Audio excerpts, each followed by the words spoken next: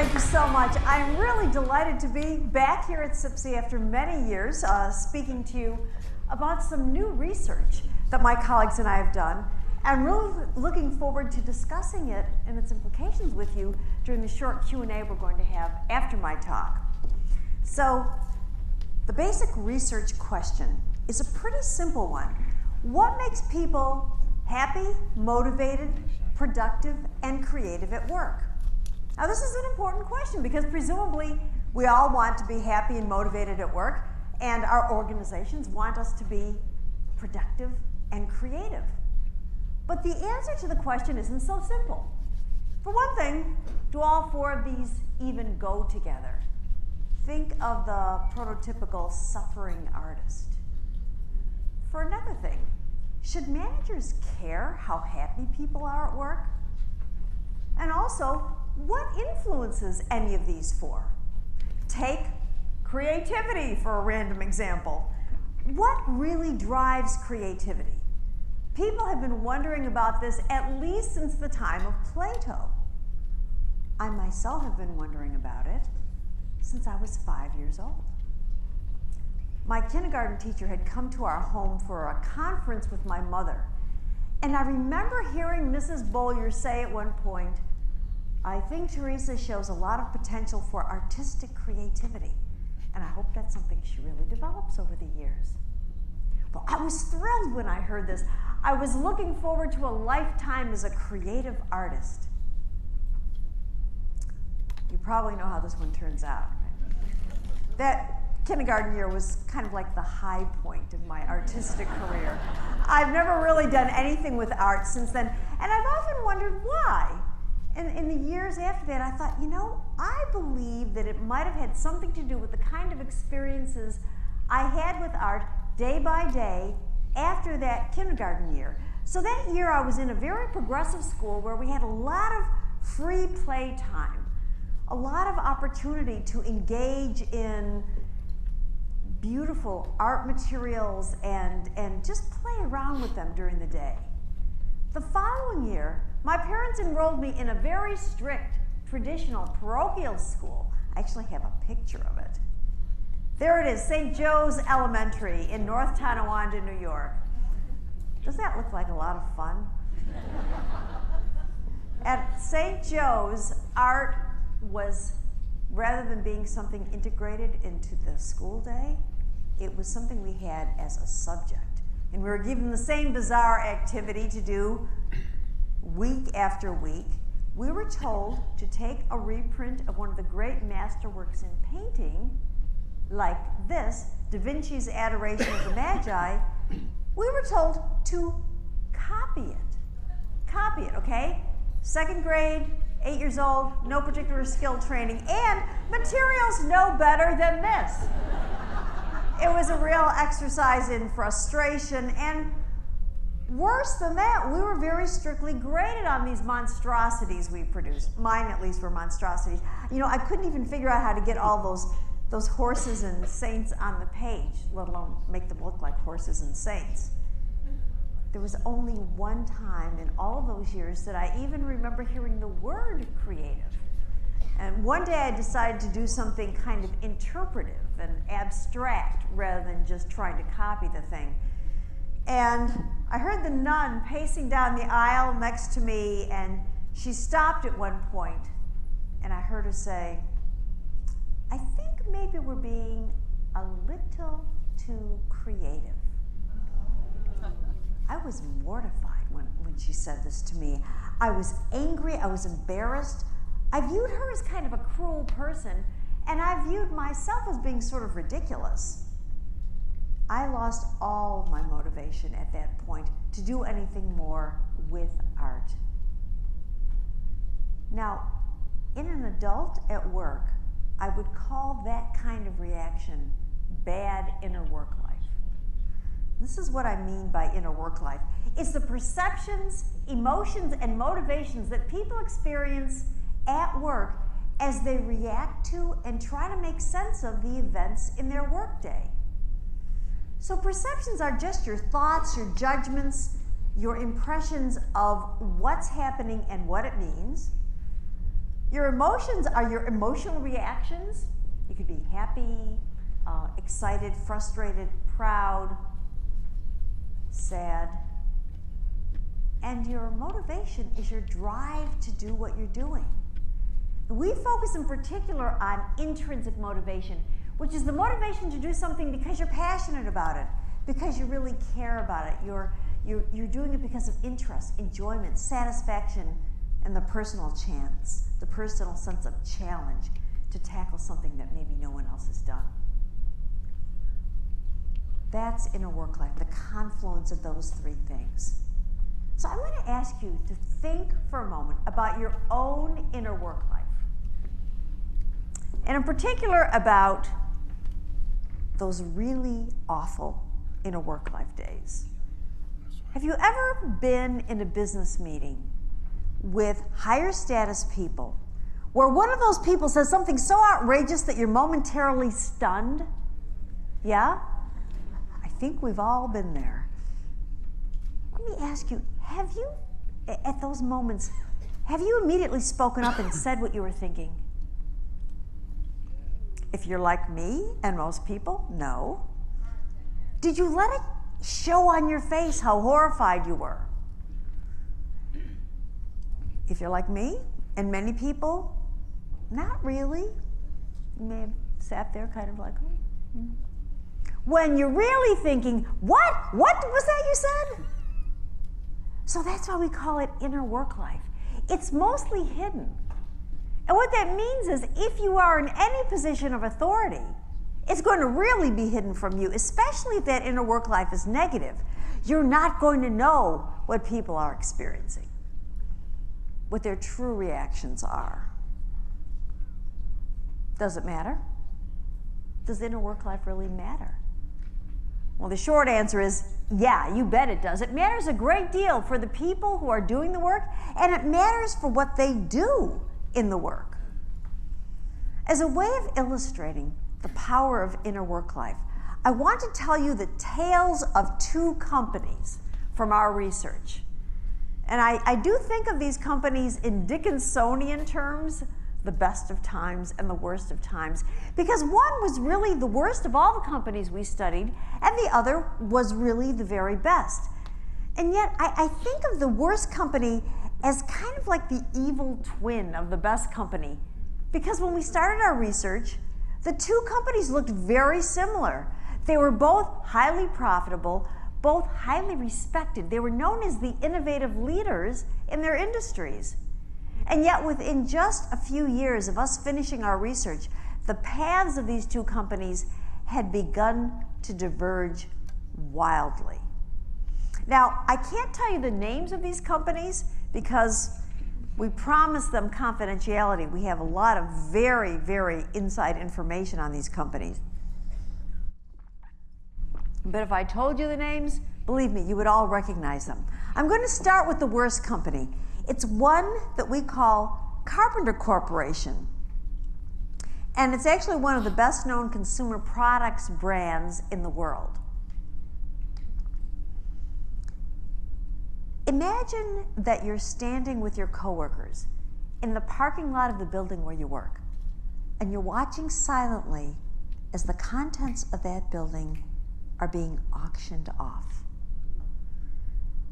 Your desks, your computers, your CADs, workstations, your chairs and your telephones. You used to be proud to work for this company because it was known for its cool, innovative products and its great work environment. But a few years ago, innovation began to fizzle. Profitability tanked. The company was acquired by a smaller rival, and now it's being completely closed down. And it's breaking your heart. That's the story of Carpenter Corporation. It's the demise of one of the great consumer products companies of the 20th century. The best company is one that we call O'Reilly Coated Materials. Now, we studied Carpenter and O'Reilly in the same time period, and they actually used many of the same raw materials, so their economic conditions were roughly similar.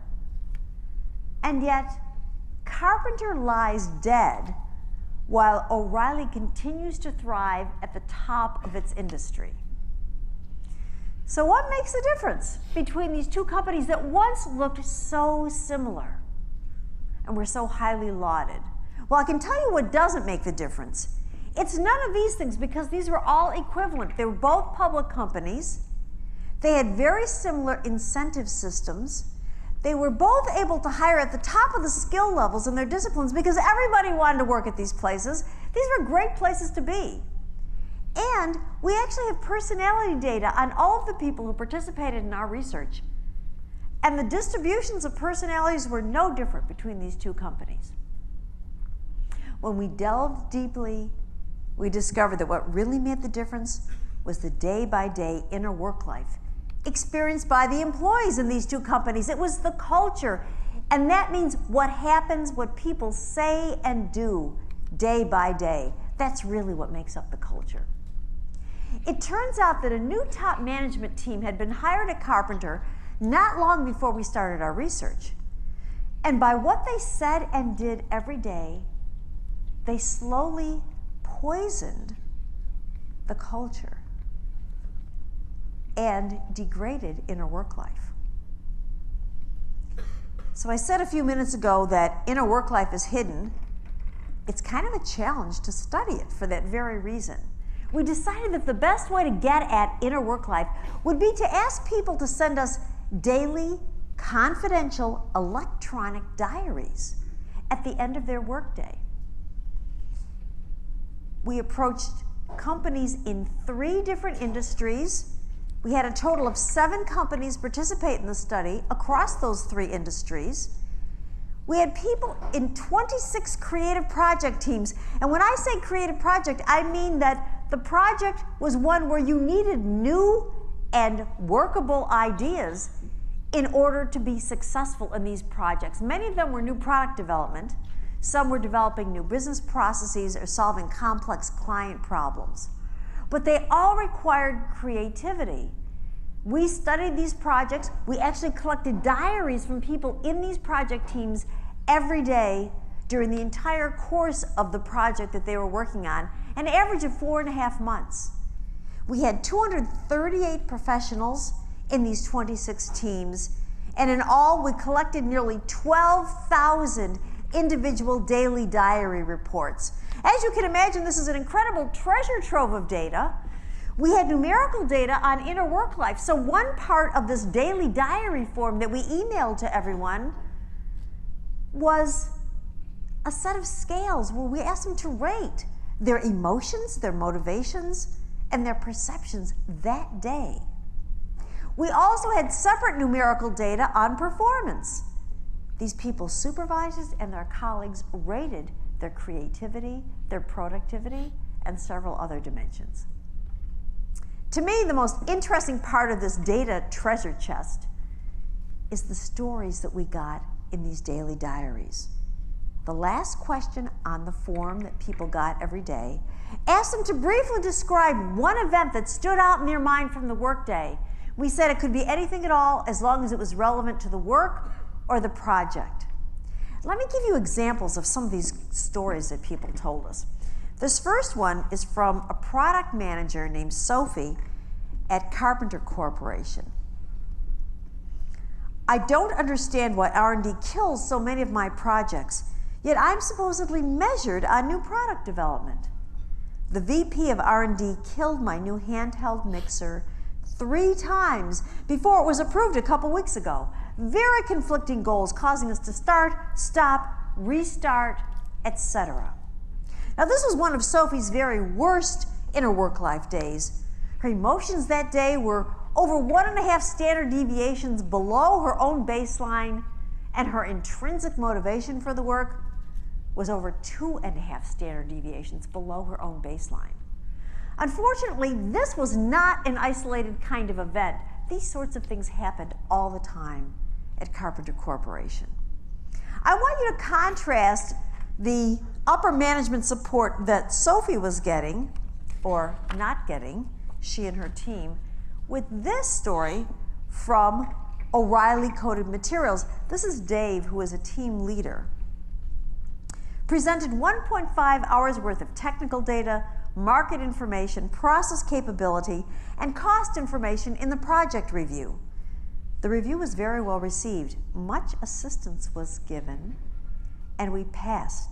We were allowed to go on to the next stage, 2 exclamation points. By the way, there are exclamation points in Sophie's diary too. I think they meant something different.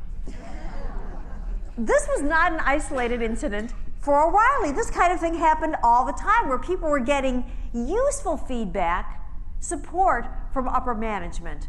And this is one of Dave's very best inner work-life days. Very positive emotions, very positive intrinsic motivation for his work. So when we put our inner work-life data together with the performance data we collected, we made our first discovery. So this is your first takeaway. We call it the inner work-life effect. And that is that inner work-life drives performance.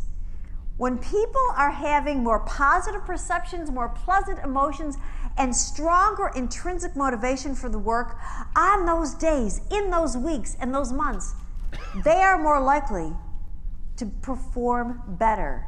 They are more likely to be creative and productive in their work, and they're more likely to be committed, to demonstrate commitment to the work they're doing. Not only that, they're also more likely to be better colleagues to each other.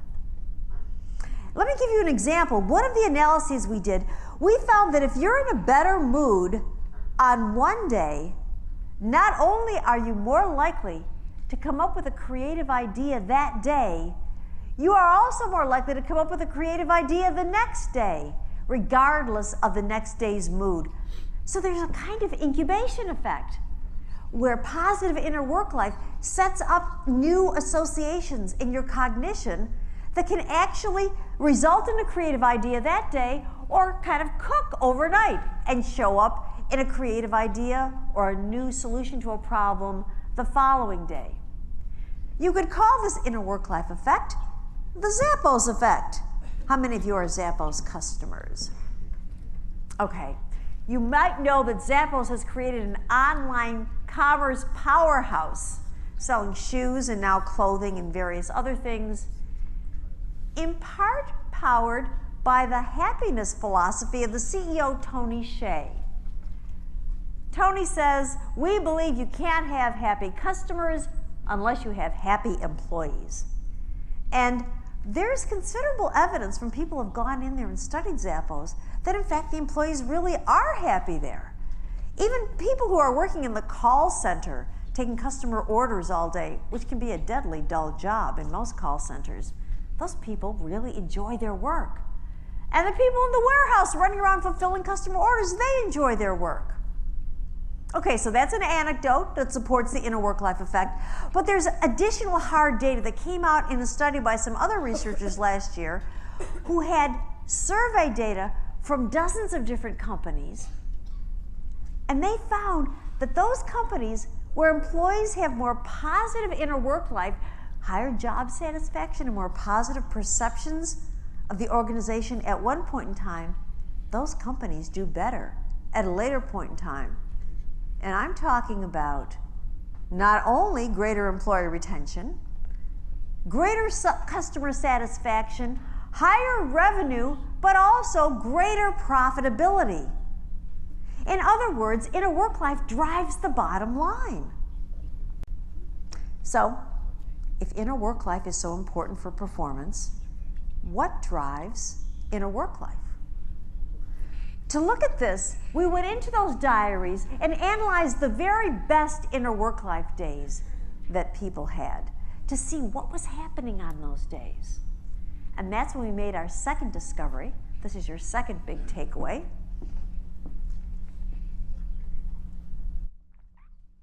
We call it the progress principle. And that is that the number one driver of inner work life is simply making progress in meaningful work. Of all the things that happen on the very best inner work life days, the single most prominent by far is making forward progress on the work itself. as long as the work is meaningful. That is, as long as people feel that they're contributing to something of value. Now, in the book, we have a number of examples of meaningful work, but one of my favorites is the mission of Google. Do you know what it is? It's to organize the world's information and make it universally accessible and useful. Now, I've spent some time talking to people at Google the last couple of years, and I know that that mission is actually very motivating to a lot of the engineers and other people who work there. But the mission doesn't have to be quite that lofty in order to motivate people. They just have to feel that they're contributing to something they value. And it could be making a great product that's going to be useful for customers, providing a service that people really need, or something that they're going to enjoy. The mission could even be, the sense of meaning could even be, I'm contributing to the well-being of a company that I really care about, or to a team that I care about. Let me show you how prominent progress is on the very best inner work life days. 76% of the best days had at least one progress event. Setbacks are the opposite of progress, and that means feeling stalled or blocked in your work, even like you're going backwards in some way. Setbacks were very infrequent on the best inner work life days. But there's a dark side to the progress principle. On the very worst inner work life days, setbacks predominated, and just as progress dwarfed all other events that happened on the best days, setbacks dwarf all other events that happen on the very worst days. And progress is much less common on the worst days. So as a pair of opposite kinds of events, progress and setbacks are the number one differentiators between good and bad inner work life. But you know, the progress principle isn't just about those major breakthroughs or those spectacular failures. Interestingly, the progress principle applies even when the step forward is very small, incremental. It seems almost trivial. We call that the power of small wins. I have a great example from the diary of a programmer in a different company. This isn't Carpenter or O'Reilly. This is a high-tech firm. This guy had been struggling with a bug in some complex software he was creating. And this is what he said the day he finally solved the problem. He said, I smashed that software bug that's been frustrating me for almost a calendar week. That may not be an event to you, but I live a very drab life, so I'm all hyped. No one really knows about it. 3 of the team members who would be involved are out today. So I have to sit here rejoicing in my solitary smugness. Doesn't Tom sound happy? There are a few interesting things about that quote from Tom. First of all, he tells us about the causality. He doesn't just say, I felt good today and I solved a problem today. He says, I felt great because I solved this problem. Now, another thing to notice is that this was just a bug. In the grand scheme of Tom's career, even in the grand scheme of this project, it was no big deal. But it was. It was a big deal to Tom on the day that it happened. That's the power of small wins. In fact, we found that 28% of seemingly small, trivial events can have a major impact on inner work life. So that's great news, right? Because small wins are much more likely than big breakthroughs. But there's a downside to this too, because it happens in the opposite direction with small losses. And unfortunately, negative events are much more powerful than positive events in how they affect people. We found that the negative effect of a setback on inner work life was 2 to 3 times stronger than the positive effect of a progress event. So there are a couple of practical implications here. First of all, if you're a manager, you really do have to sweat the small stuff. You especially need to try to clear away those everyday hassles that can get in the way of people making progress. Another implication whether you're an individual contributor or a manager, is that it's important to break down those big, hairy, audacious goals, which can be very motivating. It's important to break them down into smaller, meaningful chunks so that people can experience those small wins more frequently. So let's take a step back and put together the progress principle with the inner work life effect. If inner work life leads to better performance, positive inner work life leads people to be more creative and productive, that means it leads them to make progress on these important works. And if making progress leads to better inner work life, we have a feedback loop. We call it the progress loop.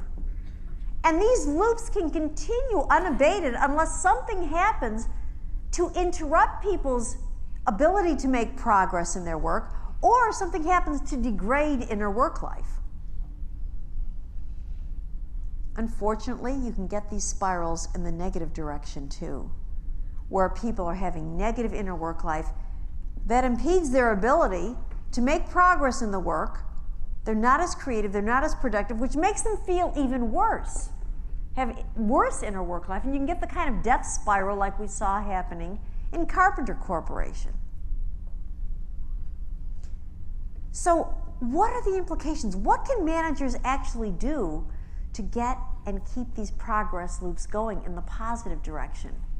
When we went into the diaries, we discovered two other classes of actions that can make a difference.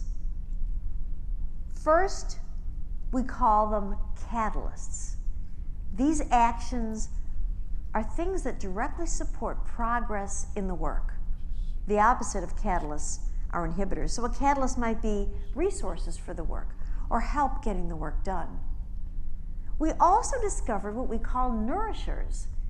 And these are things that directly feed people's inner work lives, can directly support positive emotions, intrinsic motivation, positive perceptions of what's going on. These are the actions that you can take, whether you're a high-level manager, a team leader, and in some cases, even as a coworker, you can use these catalysts and these nourishers. Let me give you examples of the catalysts. First of all, clear goals on meaningful work, coupled with autonomy in how to achieve those goals. So this is the mountain we're going to be climbing, but you decide, use your own brains to decide how to climb that mountain. Remember that quote from Sophie? She and her team did not have clear goals. They didn't know what project they were supposed to be working on. Start it, no stop it, no start it again. And also they had no autonomy. They felt like marionettes who were being pulled around in one direction or the other. Contrast that with Dave in O'Reilly Coded Materials, where his team had a sense of clear goals. They knew what direction they were moving in. They knew that they had management support to get there. Sufficient resources for doing the work, not lavish, but at least sufficient to get the work done. Help with the work when things are difficult, knowing who has information in the organization who can help out. Where can I go if I'm struggling with something? Learning from problems and successes. This is one of the most important catalysts. Having a mechanism where people feel if something fails, if there's a mistake, they can analyze it. They can figure out how to move forward without being punished for it. We saw this in the negative direction, the inhibitor form of this, a lot in Carpenter Corporation. This is from a longtime product developer we call Alvin. So far, every solution I've developed for this project does not meet with the cost constraints. I'm becoming very frustrated with not finding the acceptable answer. Around here, not finding a solution is perceived as not being competent. Alvin and his teammates and others in Carpenter became very risk averse because of the atmosphere, the culture that had been developing there. This comes from O'Reilly Coded Materials. Look at the difference. This is from a technician we call Tim. I showed the project manager the results I got and told him that there was a mistake in one of the trials. He said, "That's all right, as long as we know what we did." They had mechanisms for debriefing problems, for figuring out how to move forward, how to extract failure value from something that was going wrong. Open idea flow within the team and between the team and the rest of the organization. And sufficient time, but not too much. And maybe during the Q&A you can ask me about this. Time pressure was one of the most interesting factors that we discovered in our research. Now let me get to some of the nourishers. These are the things that feed that human connection that we all need at work. Basic respect and recognition. A feeling that you and your work are valued and appreciated in the organization, that you matter. Encouragement when the work gets difficult. A sense of confidence. We know that you can do this. Emotional support. If someone at work discloses that they're having professional problems or personal problems, simply validating that, acknowledging, we know that you're going through something difficult. Let us know if there is something we can do to help. And finally, giving people the opportunity for affiliation and to develop a sense of camaraderie, a sense of trust with each other, that bonding that can be so important in making people feel a sense of purpose, that they're working towards something as part of a team that they care about. You can imagine the negative form of all of these nourishers, which we call toxins. I'll give you an example of the positive form from O'Reilly Coated Materials. This is a chemical engineer we call Wesley. This afternoon, our technical director chatted with me about the approach that I'm taking to understand the more basic aspects of the project.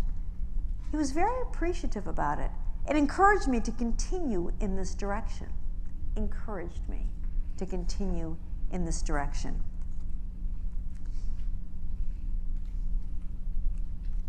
Here's a contrast from Carpenter. This is a marketing specialist named Steve. During the quarterly review meeting last Saturday morning, the COO told me I had my head up my ass. Yeah, wow. So support people and support their progress. None of this sounds very exotic, and it isn't. But we wondered, is it really obvious to managers? Do managers really know how important progress is for people's motivation at work? So after we discovered the progress principle, we sent a survey to nearly 700 managers from companies around the world, and we asked them to do something very simple. We said, rank these influences on employee motivation in terms of how important you think they are. Recognition, incentives, these are sort of the usual suspects, right?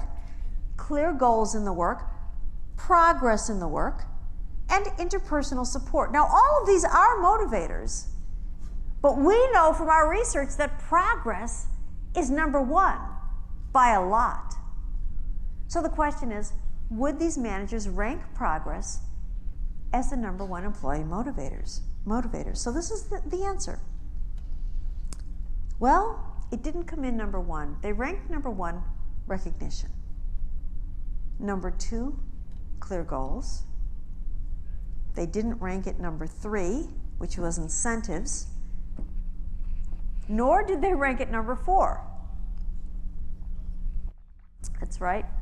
Progress came in dead last. And in fact, only 5% of these managers ranked progress as the number one motivator. Think about it. 5 things, rank them. If they had been making their choices randomly, 20% should have chosen progress as number one. It's like they were actively saying they didn't think progress was that important. And certainly we found in what managers did in these companies where we collected diaries, they didn't act like it was important to support progress every day.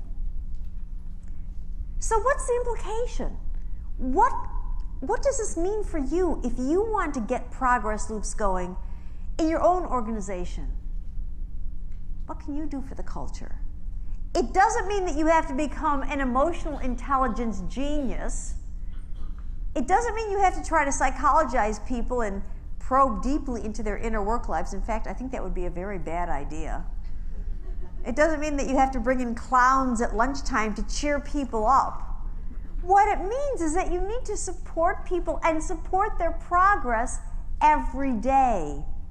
And that's why in our book we recommend that you spend at least 5 minutes at the end of every day going through a checklist to help focus your attention, at least for a few minutes, on inner work life and on progress that day for yourself and for your team, for the people who work most closely with you and for you. This is the ultimate takeaway. Support people in their progress every day. And everyone in the organization has a role to play, whether you're the CEO, a team leader, or an individual contributor. You can all make a difference by contributing to a climate of attention to progress. Help the people around you make progress on meaningful work every day. Show them basic respect. And that will lift their inner work lives, which will have a positive contagion effect on you and on others in the organization. And at the same time, the organization will benefit. It will reap the rewards of having people who are committed to the work they're doing, good colleagues to each other, and oh, by the way, also productive and creative in the work they do. I'm going to end with a story of an information management team that had 8 days to solve a complex problem for a client with $145 million at stake for the company. We saw more catalysts and nourishers in those 8 days, more progress than we saw in some other teams the entire time we were studying them. Top managers cleared the decks for this team, took away other distractions, stopped by to encourage them, tell them how important their work was. Other groups inside the organization did whatever they could to help out, running analyses, getting information that the team needed. The team really rallied together. In fact, one person on the team postponed her vacation week so that she could come in and work with the team. And no one showed more catalysts and nourishers than the team leader, who got in there, worked right alongside the team, helping to solve one technical problem after another, and even did things like buoying up people's spirits by singing a silly song when midnight approached on the 7th night. The result was a superb solution delivered on time. It was a model of creative productivity. How was inner work life during that week? Well, this is what one programmer had to say in his diary during that time. The truth is, everyone is working crazy hours, doing impossible tasks, and still keeping on the cheery side of the street. God help me. I do love them so. So I've seen it happen. If you consistently apply the progress principle, you can make a real difference in the lives of the people working with you, your own life, and the life of your organization. Thank you very much.